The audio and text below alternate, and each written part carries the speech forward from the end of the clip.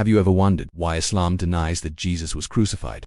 Why is it that the single most important moment in the life of Jesus is the very thing denied by a religion that came 6 centuries later, the cross, the center of Christian hope, the moment where suffering meets redemption?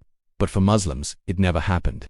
According to Surah An-Nisa verse 157, they did not kill him, nor did they crucify him, but it was made to appear so to them. It was made to appear. That's the Islamic claim. Jesus was not crucified. He was replaced, or someone was disguised as him, or God took him up before it happened. And for centuries, this view has been held as foundational.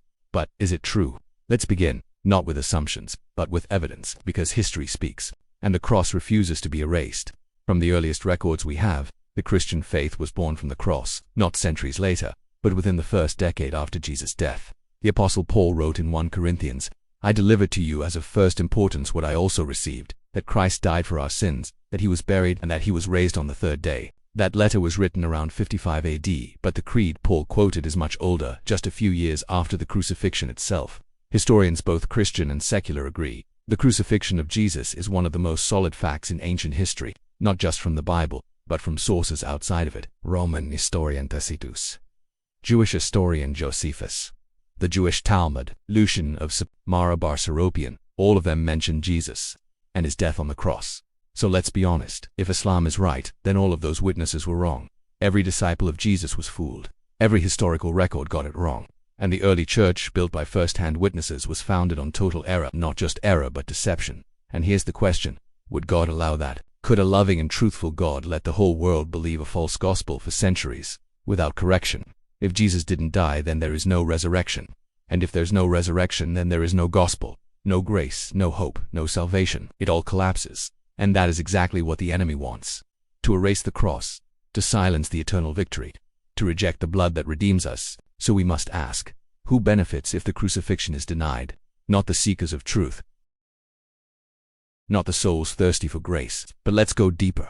Some Muslim scholars quietly acknowledge the problem, and every follower of Jesus, and let an entirely false religion be born from it. Think deeper. If the crucifixion never happened, Christianity never happened. Because without the cross there is no resurrection. Without the resurrection there is no gospel, no grace, no hope, no salvation. Everything collapses. And this is exactly what the enemy would want. To erase the cross. To cut off the moment where death was defeated. To deny the blood that bought our freedom. So the question is, who benefits from denying the crucifixion? Certainly not the truth seeker. Certainly not the sinner needing grace. But let's go further. Even some Muslim scholars quietly acknowledge the problem. Because Surah 4-157 says, they did not kill him, but it was made to appear so. Made to appear. That implies deception. That Allah made it look like Jesus died, but didn't actually let him die. But why would God do that? Why trick generations of people, including Jesus' own disciples? Why cause the rise of a false religion if he is merciful and truthful? If Allah deceived the entire early church, what does that say about his nature?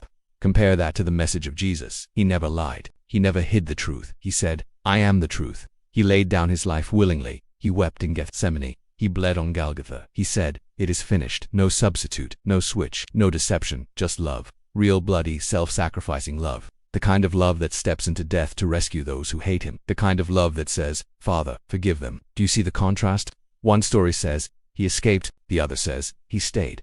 One says, he was replaced. The other says, he took your place. And deep down, we know which one feels true. Because love doesn't run. Love remains. So what does this mean for you? If you're Muslim, this may feel uncomfortable, even offensive. But truth doesn't come to flatter us. It comes to free us. And the truth is, Jesus died. He died for sin. He died for you. And he rose again. Not just to prove he was right, but to prove he was God. The tomb is empty. History echoes it. Eyewitnesses died for it. Hearts are still transformed by it. So I ask you gently, what if the Quran is wrong about this? Would you have the courage to explore the gospel again? Not as an enemy, but as someone God is calling home. You don't need to fear the cross. You need to see it. Because it was never about shame. It was always about love. A love that did not escape but endured. For you,